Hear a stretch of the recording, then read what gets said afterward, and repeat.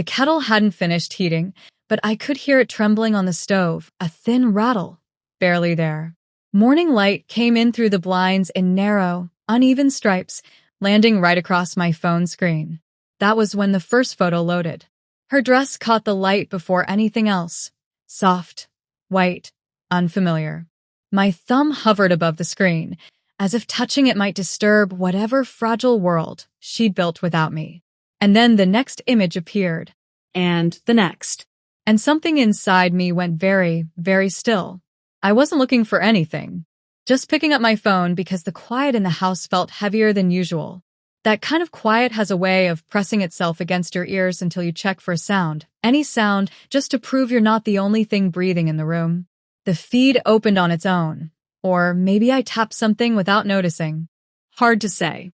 What I do remember is the way the colors hit me, soft golds, evening blues, that kind of careful warmth people choose when they want a night to feel perfect.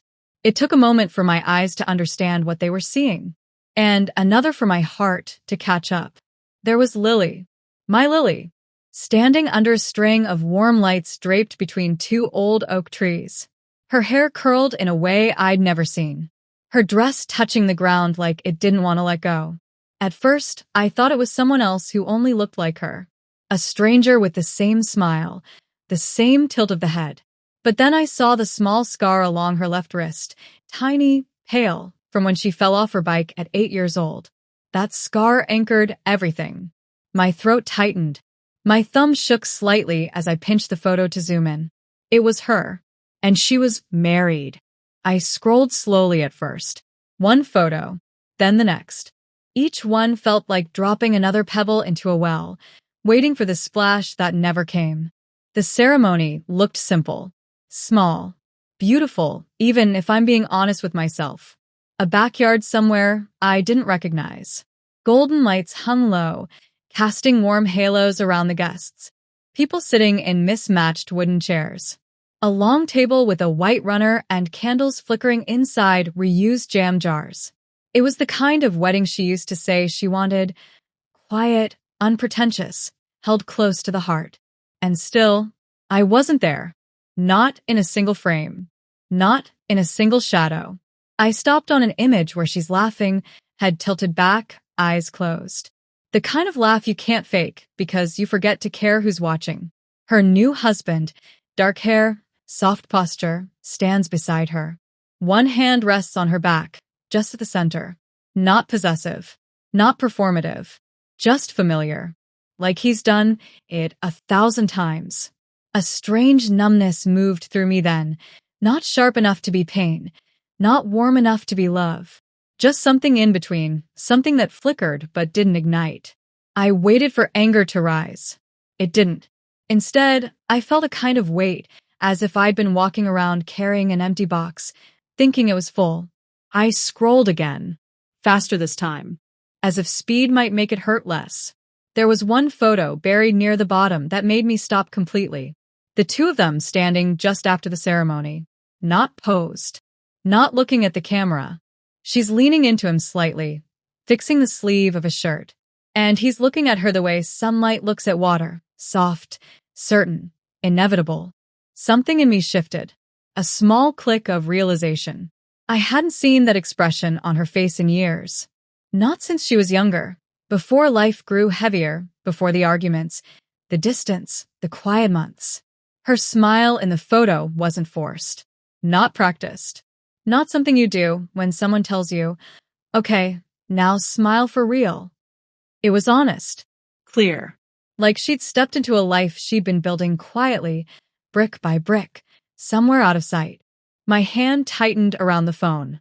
I felt the old wooden chair beneath me creak, like it remembered something I didn't. The house felt suddenly smaller, like it was folding inward. The fridge hummed, a long, low note, steady and oblivious. Somewhere outside, a dog barked twice and then fell silent again. I exhaled slowly. The kind of breath you release when you realize you've been holding it for years. I scrolled back to the top, back to the first image, searching for any sign this was a mistake. A prank. A misunderstanding. Something that explained why I hadn't been invited into one of the most important days of her life. But the photos told the truth. Calmly. Quietly. And the truth was she didn't want me there. Or maybe worse. She didn't think I needed to be. I set the phone face down on the table. The room went still, as though the walls were listening. Sunlight stretched across the floor in long, pale rectangles, reaching toward my feet, but stopping just short. The kettle began to whistle, soft at first, then louder, its sound unraveling through the quiet house. But I didn't get up, didn't move. I just sat there with the weight of those images settling into the space between my ribs. There were whole chapters of her life I'd never seen. Whole pieces I hadn't even known were missing. And as the whistle faded, something in me whispered the question I hadn't dared to ask aloud. What else has she kept hidden from me? The door to her old room didn't open so much as sigh. A warm draft slipped past me, carrying that faint smell of old paper and forgotten summers. Sunlight crossed the floor in thin, dusty beams, soft enough to blur the edges of everything it touched. I stepped inside like someone entering a chapel, careful not to disturb whatever memories had settled there in the quiet. And when the dust lifted, drifting upward in tiny gold constellations, I realized how long it had been since I'd last stood in that doorway. Too long. Maybe long enough for the room to forget me. Her bedroom was exactly as she left it. The same posters peeling at the corners, bands she liked for one summer and then never mentioned again. A stack of paperbacks on the nightstand, spines cracked, pages fanned from nights she fell asleep mid-chapter. And the dresser drawer she broke when she was 15, still chipped, still stubborn, still needing that small lift and pull trick only she ever mastered. I stood there with my hand on the doorframe, tracing the grooves she carved into the wood with her thumbnail when she talked too fast. The air was still, the kind of stillness that holds its breath around you. The bedspread had faded a little, fabric thinning where her knees used to dig in. A scarf hung over the back of her chair, the color slightly dulled but unmistakably hers. For a moment, I tried to remember the sound of her moving around in here, dresser drawers sliding open, the floor creaking under her late-night pacing, the muffled music leaking through the door. But the sounds wouldn't come, only the memory of them. Thin. Blurry around the edges. The silence pressed closer as I stepped further inside, like the room was waiting for me to notice something. Or admit something. Maybe both. I crossed to the window, my footsteps soft on the worn carpet. The curtains were half drawn, letting sunlight fall in golden stripes across her desk, dust settling in slow, drifting spirals. I brushed my fingers across the surface, leaving a trail through the thin film of time that had settled there. On the desk were her old notebooks, the ones she used to hide beneath her mattress because she didn't want me peeking. I smiled at that, a small, tired smile that didn't make it to my eyes. I picked one up just to feel the weight of it. The cover was bent at the corners, the spine soft from being handled too often. I didn't open it. Some things were hers, even now, even after everything. Nearby, a paperback lay open, resting face down like someone meant to return to it any minute. The page was creased mid-sentence. I read the line anyway, something about a girl trying to leave home. The words tightened something in my chest, though I wasn't sure why. I sat on the edge of her bed. It dipped the way it always had, remembering her shape more clearly than I could in that moment. The air in the room felt heavier the longer I stayed, like the walls were gently pushing back, reminding me this was a space built for someone who'd already stepped into a newer version of herself. I looked around, realizing how much I had kept frozen in time, how much I had preserved, hoping she'd walk back through that door wanting it all again. I tried to replay our last real conversation. Not the rush phone calls or the polite holiday visits. The last time she spoke to me like she still lived in this house. I could see pieces of it. Her sitting on the edge of the counter, swinging her legs, telling me something I didn't quite understand because I was too busy worrying about her future. Too busy correcting, guiding, steering. Her voice had wavered once, just slightly. I remembered that now. A tiny crack I ignored. Or maybe I pretended not to hear. I leaned forward, elbows on my knees, palms pressed together. In that quiet room, it felt like the walls were whispering the things I had missed. All the ways she had been drifting. All the ways I hadn't reached out to anchor her. The posters stared back at me like museum pieces. The books, the scarf, the notebooks. All frozen moments in a life she'd already shed. I felt something settle in my chest then. Not an ache exactly. Something softer, sadder. A realization that maybe she'd been pulling away long before either of us had the courage to say so. Maybe distance doesn't happen all at once. Maybe it happens in small, quiet ways, missed calls, shorter visits, conversations that skim the surface but never sink deep enough to matter. I exhaled, long and slow, and the room seemed to exhale with me. I stood up, brushing my hand over the bedspread one last time. The dust shifted in the air again, catching the sunlight in silent, floating sparks. Before leaving, I looked around the room, not searching for anything, just taking it in. The stillness. The faint echo of laughter that lived only in memory. The truth I'd been avoiding but could finally feel taking shape. I closed the door gently, letting it settle back into its old frame. In the hallway, the air felt cooler, thinner, like the house knew I'd uncovered something I wasn't ready to name. And as I walked away, one question followed me down the stairs. Quiet, persistent. Had she been slipping away long before I noticed? The rain had started without warning, thin, whispering streaks tapping lightly against the kitchen window. The kind of rain that made everything feel closer and farther away at the same time. My phone sat on the table, screen glowing softly in the dim light, as if it were waiting for me to make a choice. I stared at her name, Lily, hovering just above the call button. My thumb hesitated. The house seemed to listen. And when I finally pressed call, the sound of the first ring felt like a stone dropping into deep water. Heavy, certain, impossible to take back. I leaned back in my chair, letting the phone rest against my ear. The kitchen smelled faintly of coffee that had gone cold an hour ago, and the floor creaked beneath me every time I shifted, like it had something to say about all of this. The first ring came and went. Then the second. Each one stretched out longer than it needed to be, filling the small space with a kind of delicate tension I could feel down my spine. Outside, the rain picked up, softening the hard lines of the yard beyond the window. Water traced slow, trembling paths down the glass, blurring the world into muted shapes. I counted the rings without meaning to. 5, 6, 7. It had been months since I'd heard her voice, her real voice, not the polite, clipped one she used during holidays and birthdays. Days since I discovered the wedding photos. Hours since the question began growing, unwanted, in the back of my mind. When the ringing finally stopped, it wasn't her voice that answered. Just that recorded message. Too cheerful, too young, like someone had captured her years ago and kept her there, suspended in time. Hearing it felt like brushing against a photograph you didn't know still hurt to touch. Her recorded voice came through the speaker with a warm, easy cadence. Hey, it's Lily. Leave a message.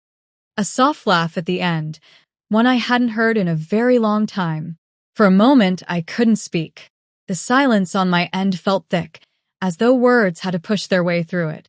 I swallowed, searching for something simple, something honest.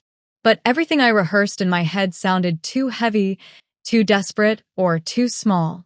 When I finally spoke, the words came out stiff, like they had been ironed flat before leaving my mouth. Hi, Lily. It's me. Just calling to check in. I winced at my own voice. It sounded like I was calling a neighbor I barely knew. It didn't sound like a parent calling their daughter. I saw some things online. I added carefully.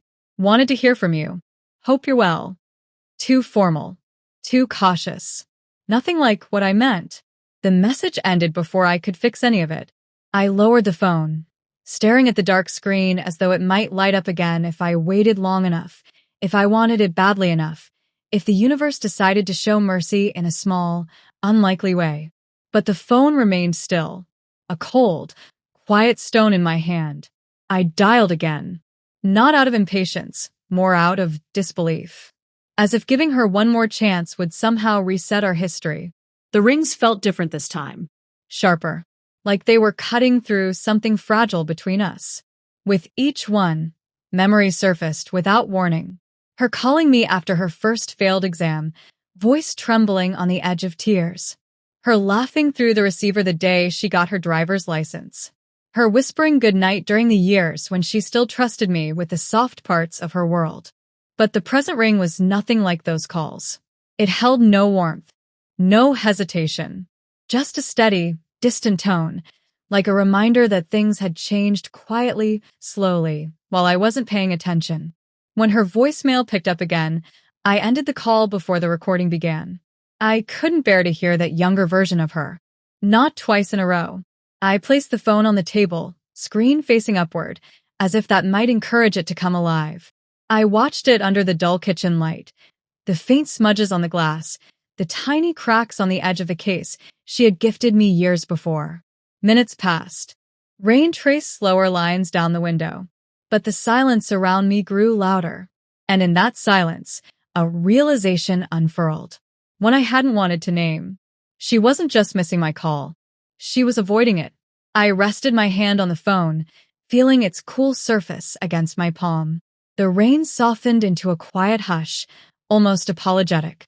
In the kitchen, the refrigerator hummed, steady as a heartbeat, steady in a way nothing else felt anymore. I stared at her name on the screen, the letters blurry through the thin ache gathering in my eyes. I wasn't angry. Not yet. Just hollow in a way that felt dangerously calm. Outside, a car drove by, its headlights sliding across the ceiling like brief ghosts. I let out a slow breath, the kind that feels like surrender. Why choose silence now, when clarity is the only thing tethering me to understanding any of this? The phone stayed quiet, and in that quiet, I heard every answer I didn't want. The envelope was waiting for me on the porch, half shadowed by the railing, like it had been left there by someone who didn't want to be seen. The morning light hadn't fully settled yet. It still had that blue, uncertain tint that makes everything feel softer than it really is. When I bent to pick it up, I already knew who it was from. Some things your hands remember before your mind does. I carried it inside without opening it right away, letting it sit on the kitchen table while the kettle warmed. The house was quiet in that familiar, old way, walls swollen slightly with winter air, floorboards giving their soft groans every time the temperature shifted. Sometimes I think this house listens more closely than most people ever have. Or maybe it just remembers more than I'd like.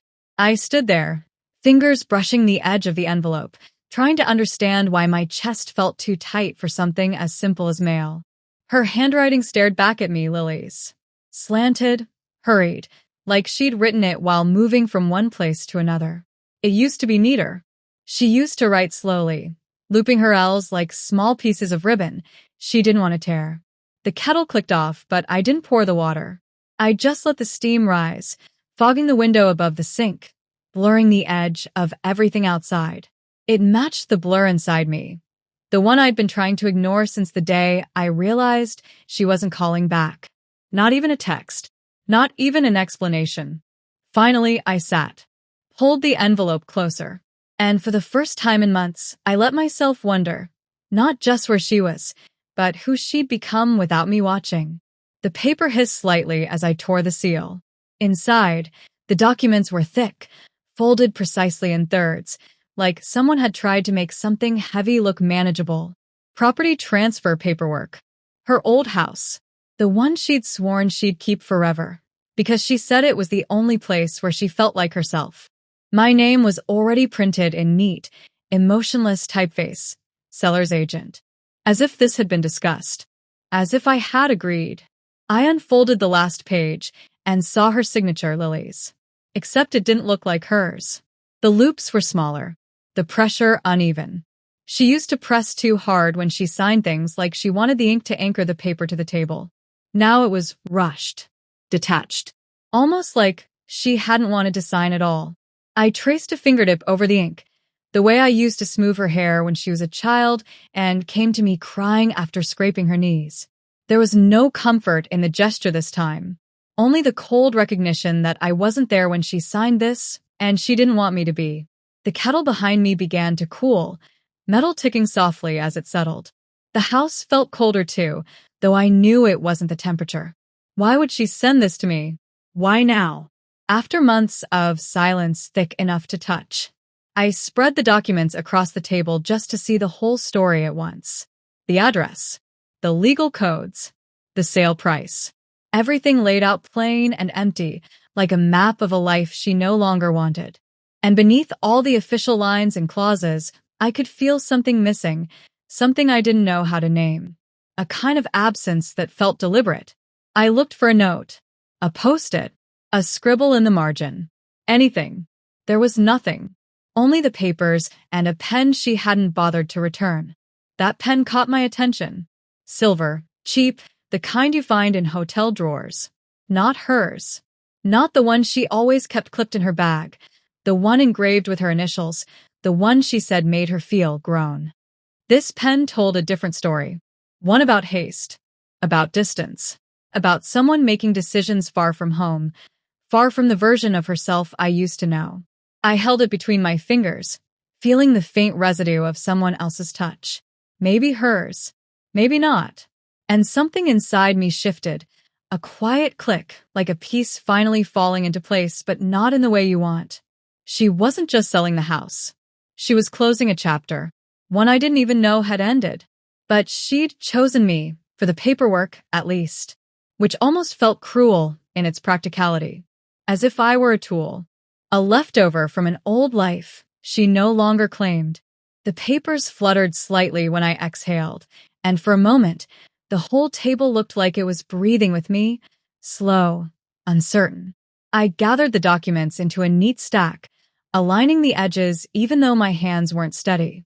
Outside, the wind pushed against the windows, brushing the glass with the soft sound of leaves dragged across concrete.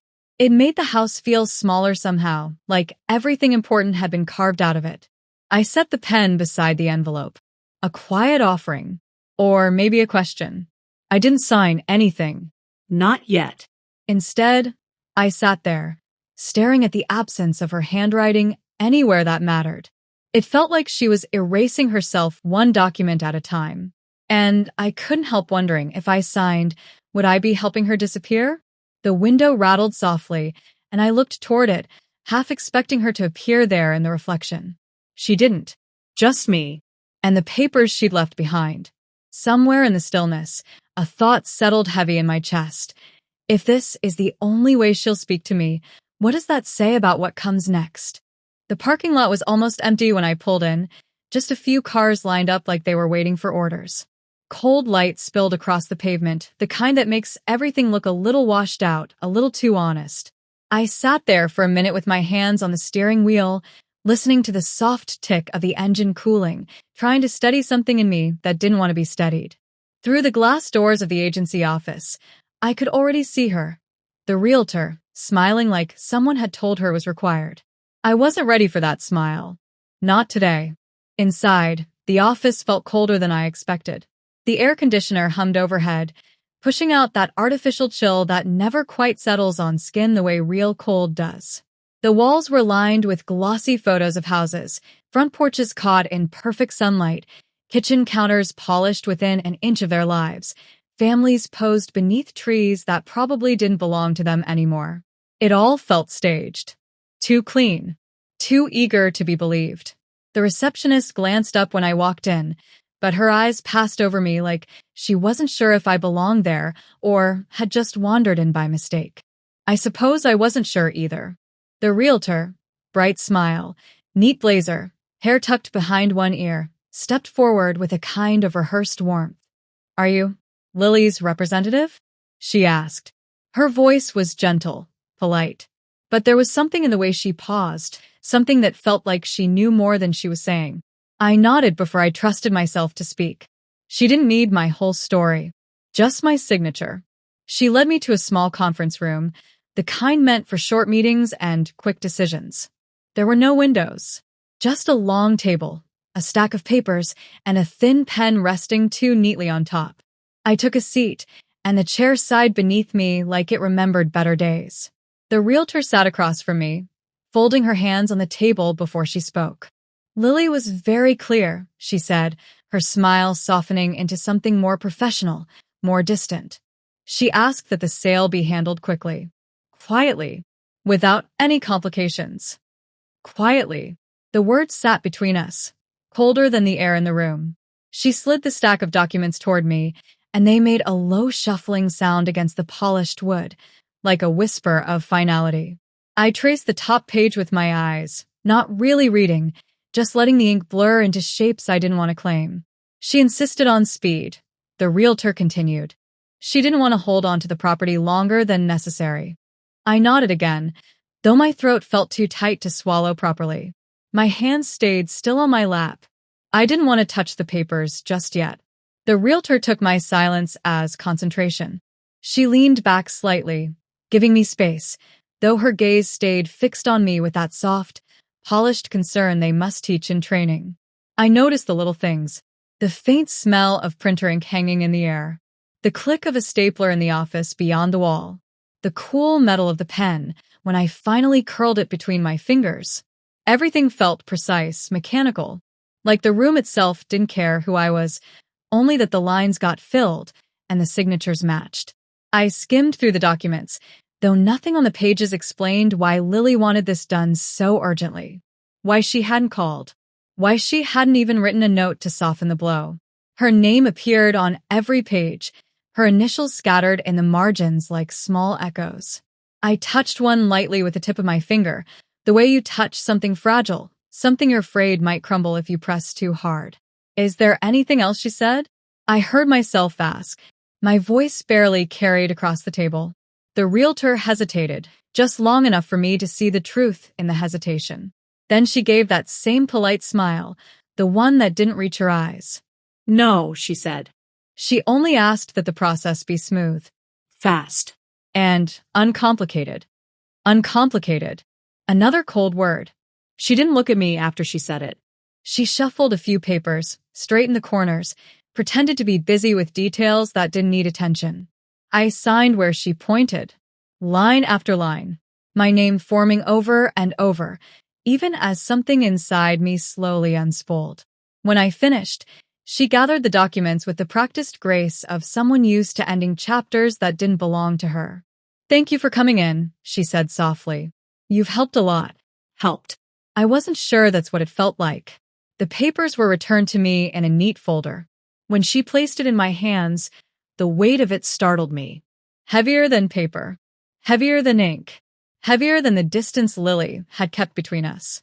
Outside, the sun had climbed higher, but the light felt harsher now. Too bright. Too revealing. I walked slowly across the parking lot, the folder pressed against my side, its edges digging through my coat like it wanted to remind me it was there.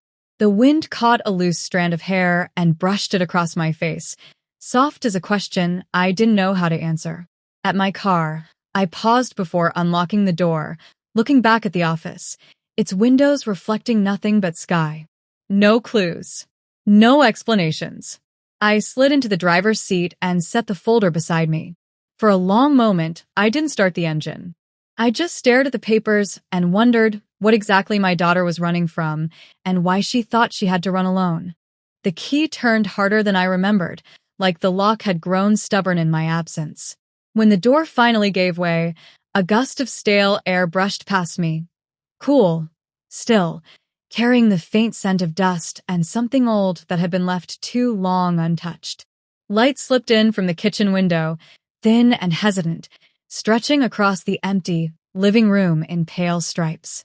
For a moment, I stood there without stepping inside, listening to the quiet echo of the house breathing around me. It sounded hollow, as if even the walls were confused about who they belonged to now. I closed the door gently behind me, careful not to let it slam. It felt wrong to make noise in a place that seemed to have forgotten sound. The floors creaked under my shoes, the same familiar complaint they'd always given, but the echoes carried farther than before. When Lily lived here, those creaks had always been swallowed up by music, or laughter, or the soft thump of her feet running from room to room. Now they just circled back around me, thin and lonely. I walked slowly through the front room, trailing my fingers along the wall where her framed posters used to hang. There were faint rectangles of brighter paint, reminders of what once covered them, little ghosts of color. In the corner, the floor held a scuff mark, barely there, almost hidden by shadow. I remembered the night she dropped her guitar, the way she winced when it hit the wood, the way she tried to laugh it off, brushing hair from her eyes, pretending nothing shook her even when everything did. The silence here wasn't peaceful. It felt pointed, like the house itself was waiting for me to say something I'd never managed to say when she lived here. I took a breath and let it go slowly, listening to the room take it in. I made my way down the hallway, each step stirring up another soft sigh from the floorboards.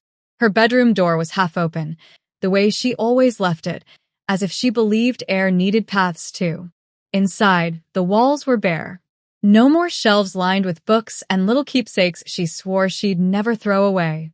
No more fairy lights taped around the window frame, flickering yellow on late nights when she thought I couldn't see. Just emptiness. And shapes. Outlines of the life she once kept here. I crossed the room slowly, stopping at the wall where she'd mounted those crooked shelves, the ones she insisted on installing herself even though the brackets never quite sat straight. I could still see the faint indentations, the slight darker patches where dust hadn't settled evenly because her things had been there for so long. My hand hovered over one of the marks, though I didn't touch it. Touching felt too final. The closet door stood slightly ajar, revealing nothing but a metal rod and a single plastic hanger swinging gently, as if disturbed by my presence. It clicked softly against the wall. A small, lonely sound in a room that used to hold so much noise. I turned toward the window, the one she used to keep cracked open even in winter. A thin breeze nudged the old curtain, stirring dust into the light like drifting embers. Everything looked familiar, yet everything felt wrong. I stood in the doorway for a long time, letting memories come in uneven waves. Not like a montage in a movie, clean, neat, organized. More like water rushing into a room with no pattern, no warning. Just pieces of moments bumping into each other. Her sitting on the floor with her knees tucked under her while she tuned that guitar. Her scribbling lyrics in the margins of her notebooks. Her crying quietly one night, thinking I couldn't hear through the thin walls. Her laughing at something on her phone, a sound so bright it made the whole house feel lighter. Now, there was only the faint hum of the refrigerator in the kitchen. Even that sounded unsure of itself, like an old man trying to remember a familiar tune. I realized then that this place wasn't hers anymore. Hadn't been, not really, for years. I'd kept it frozen in time, hoping she might drift back someday, slip into her room like she'd never left. But she had, and she hadn't looked back. Not even for this. A heaviness settled in my chest as the truth pressed closer. Letting go wasn't just about a sale or a stack of papers. It meant accepting that she'd outgrown this place, and maybe outgrown me too. I gripped the doorframe, grounding myself. The wood felt cool beneath my fingers, worn in the spot where she used to lean when she talked to me from across the hall. Why does this feel like betrayal? I whispered to no one, the words barely audible. The house didn't answer. It just listened the way it always had. By the time I stepped back toward the front door, the sun had shifted, laying long, pale stripes across the empty floor. They looked like memories stretched thin, still visible, but losing their warmth. I paused with my hand on the doorknob and let my eyes sweep over the rooms one last time. The silence wasn't accusatory anymore. Just present. Just honest. Outside, the air felt different, lighter, colder. I locked the door slowly, hearing the click echo in the hollow place between what was and what comes next. As I walked down the porch steps, the weight in my chest did ease. But there was clarity in it, sharp and undeniable. Some goodbyes aren't spoken aloud. Some are felt, and some follow you long after you've closed the door. The wind carried the scent of cut grass that morning, sharp and green, the way it does before the sun has fully committed to rising. I stood at the edge of the walkway, keys in hand, letting the quiet settle around me like a thin blanket. The house behind me seemed to exhale, long, tired, hollow. Once I locked the door, I was about to step off the porch when I heard it, the soft shuffle of slippers across concrete, the delicate clearing of a throat. Mrs. Allerton. Her presence, gentle as it was, landed with a weight I wasn't prepared to carry. Not today. She approached slowly, the way older neighbors do when they're unsure whether they're interrupting or offering company. Her robe was wrapped tight, patterned with faded roses, and her hair was pinned up in a loose bun that kept shifting with every step she took. She smiled, thin, polite, and lifted a hand in greeting. "Morning," she said, as if mornings were simple things. I forced a soft reply, trying to keep the heaviness of the last few days from tightening my voice. The sky overhead was a muted gray, the kind that feels undecided, waiting for something to tip it toward rain or sunlight. Mrs. Allerton followed my gaze to the house, then back to me, her eyes narrowing just enough to hint at a question she hadn't yet formed. She shifted her weight, clasping her hands together. "Been a while since I saw Lily around here," she said. "Too casual, too practiced." I swallowed before answering. "I'm not sure how she's doing," I admitted, keeping my tone even, my face still. The admission felt raw, like peeling paint off an old door. Her expression flickered. Pity, maybe. Concern. Or curiosity dressed as kindness. The wind picked up, brushing a dry leaf across the driveway, rolling it until it snagged at her feet. She hesitated then, glancing toward her porch as if deciding whether to retreat or continue. In the end, she stayed. "You know," she began softly, "a few months back, I did see someone here, with her." I lifted my eyes to hers, careful not to let the surprise show too plainly. "A man," she continued. She said it lightly, but the word hung in the air with unexpected weight. I didn't move, didn't blink, just let the information land where it wanted. "He came by one morning," she went on, adjusting her robe as though bracing against a draft. "They talked on the porch for a while. Quietly." Her gaze shifted to the spot where my porch boards were beginning to splinter. Very quietly. The porch, I thought. The same porch I'd paced so many nights waiting for her to come home, trying to read her expression before she reached the steps. "What did he look like?" I asked, but my voice came out lower than I intended.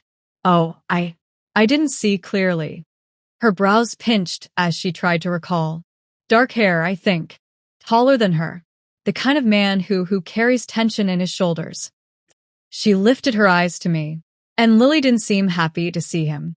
The wind brushed between us, lifting the hem of her robe, making the chimes on her porch sing a faint, uneasy note. My pulse quickened. Not enough to show, but enough to feel. Still, I kept my face steady, the way one does when standing near thin ice. Mrs. Allerton continued, her voice dropping to a whisper even though there was no one around to overhear. "They argued. Not yelling, just that kind of whisper fighting that means more than people want to admit." I nodded once, slowly. Inside, the gears of my mind turned with an unsettling grind. "And after that day," she added carefully, "she didn't stay long when she visited. She'd pull up, walk inside, and leave within minutes." Her eyes held mine then, not nosy, not meddlesome, just quietly observant. She'd noticed. She'd seen the shift I hadn't been there to witness. A part of me wanted to ask more. Another part feared the answers. "Do you know who he was?" she asked gently. The question hit harder than she could have known. "No," I said. Just that. A single, simple word. It felt like admitting something fundamental had cracked long before the wedding photos, long before the deed papers, long before the quiet phone calls that never came. Mrs. Allerton nodded, as though she understood that my silence was its own kind of confession. The unease in my chest spread lower, colder, like water seeping beneath a door, slow but unstoppable. She patted my arm lightly, her touch warm despite the morning chill. "If you need anything," she murmured, "I'm right next door." I managed a small thank you, though the words felt stiff, borrowed. As she turned back toward her house, her slippers made soft brushing sounds against the concrete, gentle, fading, almost timid.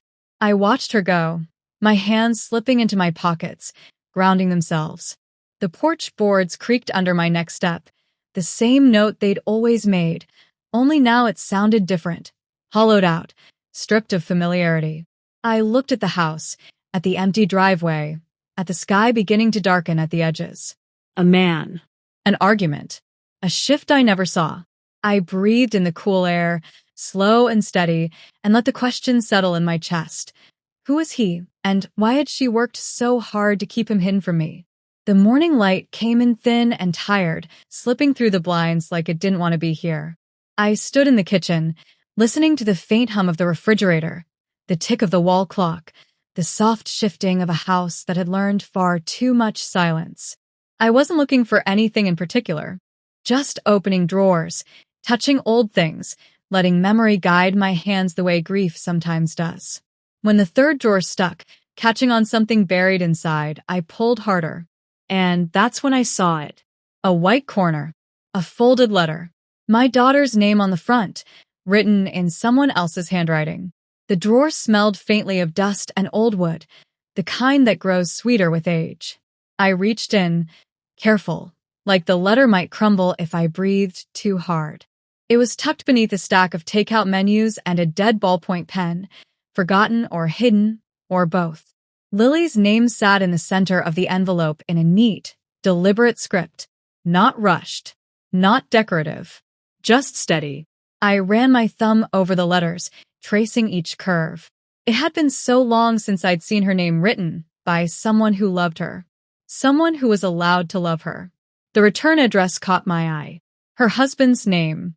The man I had never met. The man who married her without me in the room, without me even knowing.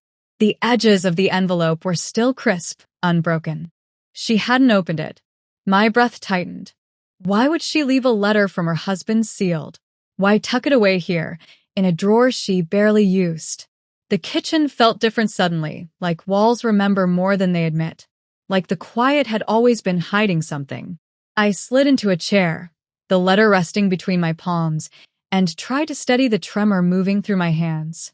I opened it slowly, careful not to tear the paper.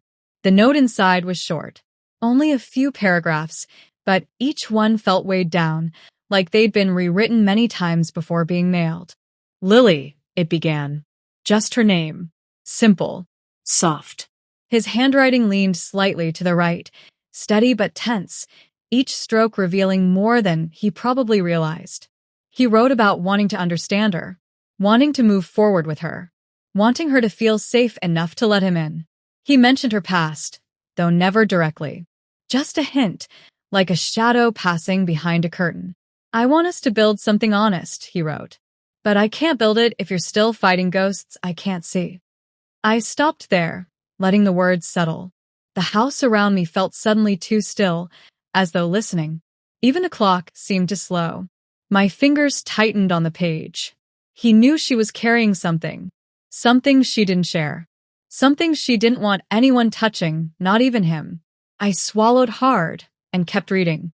He asked her, gently, almost pleading, to make peace with whatever lived behind her silence. He wanted her to step into their future, without the weight dragging her back. I stared at the ink until it blurred. He wasn't angry. He wasn't harsh. Just tired. And loving her through that exhaustion anyway. By the time I reached the end, my hands were trembling. Not from the cold. Not from age. But from something deeper. Something that had been waiting for a moment exactly like this to rise to the surface. The last line was the quietest one. Almost an exhale. I love you, but I don't know how to help you if you keep shutting me out. I closed my eyes. She shut him out. And me. And maybe everyone. The letter shook slightly as I lowered it to the table. I had spent months believing she cut me out of her new life out of distance, or resentment, or something colder. But what if it had been something else entirely? What if she was trying to protect me from whatever she couldn't face herself? A memory surfaced. Lily standing in the doorway years ago, shoulders tight, eyes refusing mine. She had looked afraid. Not of me, of herself. The letter made that old memory flare brighter, clearer. My absence from her wedding. Her house sold without a single phone call. Her name changing quietly, like slipping into a different skin. Maybe none of it was meant to punish me. Maybe she thought she was shielding me. But from what? The question hung in the air, heavy and unmovable. The refrigerator hummed again. The blinds rattled as a breeze moved against them. The house held its breath. And I felt something shift, Not outside, but in me. A thread pulling loose. I folded the letter carefully, smoothing each crease the way I used to smooth her hair when she was small. Then I slipped it back into the envelope, leaving it unsealed this time, as though the truth needed air now. The kitchen window caught a sliver of morning light, brushing across the table, illuminating the envelope like it was something fragile and sacred. I rested my fingertips on her name once more. The ink felt colder now. She had been carrying something, alone, quietly, fiercely. And in shutting me out, she might have believed she was saving me from carrying it too. But the emptiness she left behind had become its own kind of weight. I stood slowly, the letter in my hand, and looked at the silent house around me. What were you trying to spare me from, Lily? The question lingered in the dim light, unanswered, but echoing just loudly enough to lead me toward whatever came next. The street was still waking when I found the studio. The bakery beside it was rolling out dough, warm air drifting out each time the door swung open. On the other side, the tailor's shop clacked with the soft rhythm of an old sewing machine. Between them sat a narrow storefront with fogged glass and a wooden sign that read Hartwell Photography. The letters were worn at the edges, as if touched often but cared for gently. I stood there for a long breath, listening to the quiet murmur of the street, feeling something tighten inside me. The kind of feeling you get right before opening a door you're not sure you're ready for. Then I pushed it open. A soft bell chimed as I stepped inside. The air smelled faintly of developing chemicals and dust warmed by sunlight. Frames lined the walls. Landscapes, portraits, candid shots of strangers whose eyes seemed to recognize something in me. The man behind the counter looked up. For a second, confusion crossed his face, and then something else. Recognition. He blinked, almost imperceptibly. He started, but stopped himself. He didn't say my name, just nodded slowly, as if confirming something Lily once whispered to him. He came around the counter, wiping his hands on a cloth. Not nervous, just trying to do something with them. He was younger than I expected, with soft features and a kind of worn calm around his eyes. I've seen photos of you, he said, his voice low, like he didn't want to startle anything fragile in the air. She talked about you often. The room felt suddenly colder, or maybe that was me. Hearing that she talked about me, after months of silence, felt like touching something warm and pulling away too fast. I nodded, unable to trust my voice yet. He gestured toward a small seating area near the window. We sat, across from each other, like two people reading the same story from different chapters. He leaned forward, elbows on his knees, hands clasped. She told me you're careful with your words, he said gently. I wasn't sure if you'd ever come here. I didn't know what to say to that. The truth was, I wasn't sure either. The morning light pressed through the window, stretching long shadows across the wooden floor. A camera on the shelf clicked softly as it settled from the drafts drifting through the door's frame. He looked at me with a kind of quiet honesty, one I wasn't prepared for. Lily didn't keep you away because she didn't love you, he said. She was afraid. Afraid of what? My voice came out softer than I intended, like it had passed through a filter of years and unsaid things. He hesitated, thumb rubbing the side of his palm. Of disappointing you, he said. She worried you'd see her choices as missteps. Detours. Proof she wasn't where she thought you wanted her to be. I opened my mouth, then closed it again. My throat tightened. He wasn't accusing me. He was simply telling me the version she lived with. He watched me carefully, giving space between each sentence. Every time she wanted to reach out, the fear crept in. She'd say, maybe next week. Maybe when things look better. He paused. But next week kept moving. I swallowed, the words settling heavily somewhere in my chest. I looked down at my hands, noticing a small tremor I hadn't been aware of before. She thought I'd see her life as a failure? I asked quietly. He shook his head. Not a failure, just unfinished. She wanted to show you her life when it was polished, when she was certain. He exhaled slowly. But life doesn't wait for certainty. The certainty in his own voice was soft, but firm in its truth. He reached behind him and picked up a photograph from a nearby table, holding it carefully by the edges. It was Lily, laughing, head tilted back, hair wild in the wind. I barely recognized her, and yet, I did. the joy in her face made my heart ache. She wanted to tell you everything, he said. She said it almost every night for a while. But when the moment came, the fear won. His eyes softened. I think she believed keeping distance would hurt you less than watching her struggle. I felt something shift inside me. A small cracking sound, quiet but unmistakable. The kind that doesn't break you, but makes room for something new. Or something long forgotten. Fear between two people can stretch miles. Years. Whole chapters of silence. And I had let that silence grow too. I hadn't pushed back against it. Hadn't called again after the third time. Hadn't knocked on her door after the final unanswered message. Maybe her fear met my own, and together they built a wall neither of us named. We sat there for a long moment, surrounded by photographs, captured truths, frozen confessions. The kind of things you only see clearly when you're standing still. Outside, the bakery moved into its morning rush. Voices swelled and quieted, a fading rhythm behind the glass. He set the photo back with care. She loves you, he said. Not past tense, not hesitant, just simple. I nodded slowly, feeling something soften and resist at the same time, two halves of myself learning how to sit beside each other. As I stood to leave, the bell above the door chimed again. A breeze slipped in, carrying the scent of bread and morning sun. I stepped onto the sidewalk, the shadows stretching long behind me. Can fear really build such a long shadow between two people? The question followed me down the street, quiet but insistent, a thread tugging me toward whatever truth waited next. The street outside was almost empty, bathed in a soft, forgiving dusk. The sky leaned pink and gray, like it couldn't decide whether to linger or vanish. I sat at the kitchen table, the last of the day's light pooling over my hands. The phone buzzed, a vibration sharp and sudden, cutting through the quiet. I picked it up slowly, almost afraid to see who it was. And then I saw her name, Lily. My breath caught in a way it hadn't for months.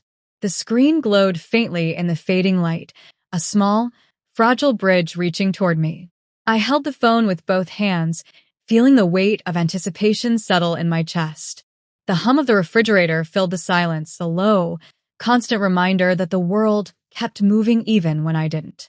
Her message opened slowly, long, hesitant, almost trembling in its honesty. The words weren't polished. They didn't need to be. They were raw, the kind of words that felt like someone unclasping their chest to show what they had carried in secret. She wrote about shame, about wanting to prove she could build her life without leaning on anyone, not even me, about decisions she made, small and large, that she kept hidden to protect me, or maybe herself. I traced her words with a fingertip on the screen, feeling the lines of her sentences like the creases in a hand I hadn't held in years.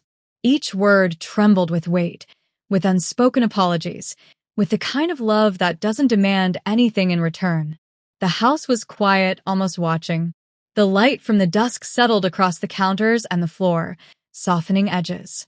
I felt the tight knot in my chest, months of distance, hurt, confusion begin to loosen, ever so slightly. Her message wasn't an explanation. It wasn't closure. It was the beginning of something fragile, something real. She confessed she had hidden the wedding because she didn't want me to feel replaced, that she thought the surprise might shield me from hurt. I swallowed, letting the words settle like stones at the bottom of a pond. The surface stayed calm, but the ripples moved far deeper. I read the message twice, then a third time. Every sentence lingered in the room with me. I imagined her, fingers hovering over the screen, heart racing as she typed and deleted, typed again, until finally, she sent it. The street outside had emptied further. The soft hum of passing cars, the distant bark of a dog, the whisper of the wind in the trees, all of it seemed to fold around me, as if the world itself had slowed to let me absorb this. Her words weren't just confessions. They were invitations. To understand, to forgive, to reach. I ran a thumb over the screen, feeling the vibration of each letter, each syllable. It was intimate, small, and terrifying in its honesty. I wanted to call her. I wanted to rush to her side. But I stayed seated, letting the dusk hold me in its quiet, letting the moment breathe. For the first time in months, I felt the distance between us shrink. Not gone, not erased, but softened, pliable, like clay ready to be reshaped. Her words dug deeper than explanations ever could. She wrote about fear. Fear that I would see her life and think she had failed. Fear that my love would feel conditional, tied to the life she once knew, not the one she was building. I pressed the phone against my chest. The weight of her honesty landed in a place I hadn't expected, a quiet, steady warmth. She hadn't shut me out to punish me. She had shut me out to protect me, or to protect herself from the judgment she assumed I would carry. Her sentences hung in the air between us, even though we were miles apart. I whispered her name. Lily. The sound of it felt good, familiar, trembling with relief and longing. I imagined her reading my name on the screen, imagining my reaction as I imagined hers. The knot in my chest loosened a little more. Not completely gone. Not everything fixed, but a thread thin, but real, reached across the distance we had built between ourselves. Fear had built a long shadow between us. But honesty, even when delayed, can carve light into corners that seemed permanently dark. I realized quietly that this was the first step, not toward perfection, not toward forgetting, but toward being seen again. I set the phone down for a moment, letting the glow fade into the soft dusk light. The street outside was calm, washed in pink and gray, forgiving in a way mornings never seemed to be. A car passed, slow, its headlights catching the edges of the sidewalk. I leaned back in my chair, closing my eyes. Her words lingered like a gentle echo, a reminder that distance doesn't have to mean separation. That honesty, even hesitant, messy honesty, can be a bridge. I picked up the phone again. Could two people step toward each other after drifting so far apart? I didn't know yet. But for the first time in a long time, the question didn't feel impossible. And the dusk outside seemed to nod in quiet agreement. The living room was empty. Sunlight spilled across bare floors, catching on the dust motes that lingered like tiny memories. The walls, once crowded with frames and posters, stood pale and unmarked. I ran my hand along the smooth surface of the doorframe, feeling the echo of laughter, arguments, quiet evenings. A soft breeze slipped in from the open window, carrying the faint scent of dew and distant traffic.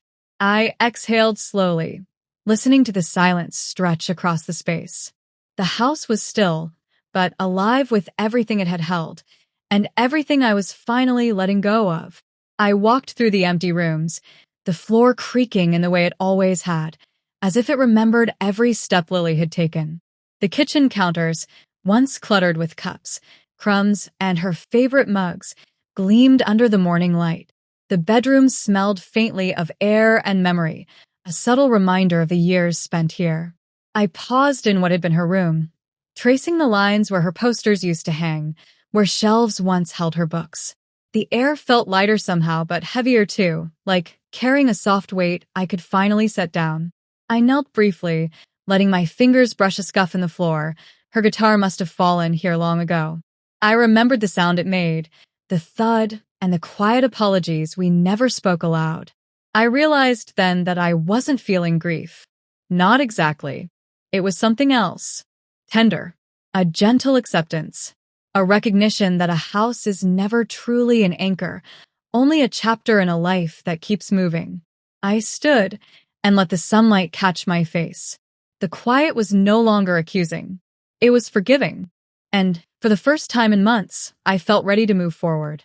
I approached the front door, key in hand. It felt heavier than it should have, as if every year I'd spent here had weighted it with memory. I turned it slowly in the lock, each click resonating through the empty house. The door swung open, and the cool morning air slipped in, brushing against my skin like a gentle promise. Outside, the street hummed with life waking up. Distant tires, a dog barking, the soft rustle of leaves. I lingered in the doorway, feeling the weight leave me in layers, carried off by the breeze. I exhaled again, letting the sound of the world fill the silence that had clung to me. Sliding the key into my pocket, I turned toward the car. The driveway felt longer than it should, the emptiness echoing behind me. I paused at the edge of the lawn, glancing back one last time. The house had held her, sheltered her, allowed me to love her in ways a city apartment never could. But it was done now, and maybe that was enough. I climbed into the car, letting the engine hum beneath me. There was no plan, no expectations, only the quiet hope of conversation and the soft possibility of connection. The drive toward the city was slow, the road unfolding under gray morning skies. I kept the windows slightly open, letting the air brush against my face, cool and clean. The streets were familiar, yet somehow new, like a city I had once known but never truly seen. My phone rested on the passenger seat. A message from Lily lingered, unread. I picked it up, thumb hovering. She had agreed to meet me. Coffee. A neutral space. A chance to talk, to finally speak without walls between us. I thought about the months of distance, the missed calls, the unanswered texts. I thought about fear, hers, mine, and how it had stretched miles between us. But now, in the quiet hum of the city morning, something shifted. I imagined her sitting across from me, eyes soft, hands wrapped around a warm cup. I imagined conversation flowing slowly, each word a step toward understanding. The emptiness I had carried in the house now felt transportable, like a weight left behind in a place that no longer needed it. And for the first time, I felt the road ahead opening beneath me. Not a path cleared of difficulty, not an erasure of the past, just a way forward, built from the pieces of old, unfinished stories. The car turned the corner onto the street where the cafe waited. The light had softened further, the morning sun now a pale glow over wet asphalt. I parked and sat for a moment, letting the engine idle, listening to the quiet pulse of the city.